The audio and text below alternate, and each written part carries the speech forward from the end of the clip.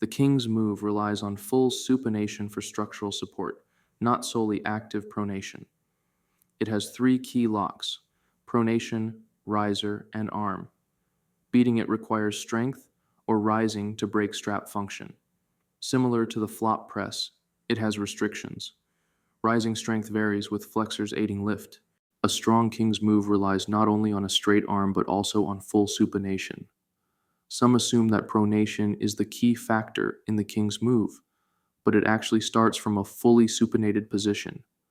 This slows down over rotation and allows structural support.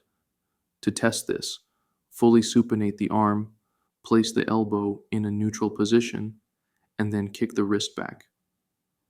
The more the wrist is kicked back, the less the riser can drop. The king's move has three key locks: pronation lock, riser lock, and arm lock. Breaking this position requires significant strength or the ability to rise enough to cause strap malfunction.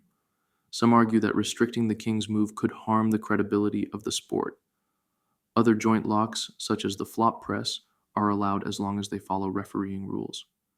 The king's move is restricted from going below the table, just as the flop press is restricted from crossing the center.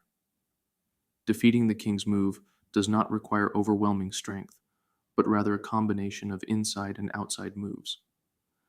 When people discuss pronation in the king's move, they assume it is actively maintained.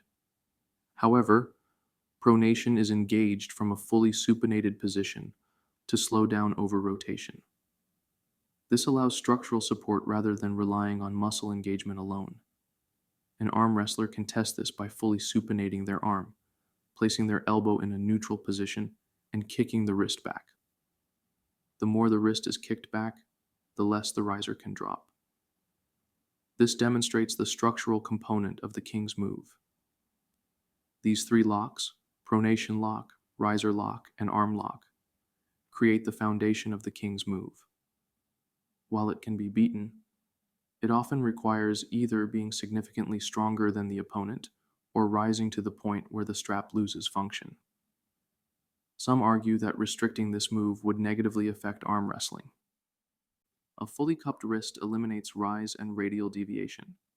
A deeply cupped wrist moves into ulnar deviation, which turns a posting top roll into a low hand top roll or hook.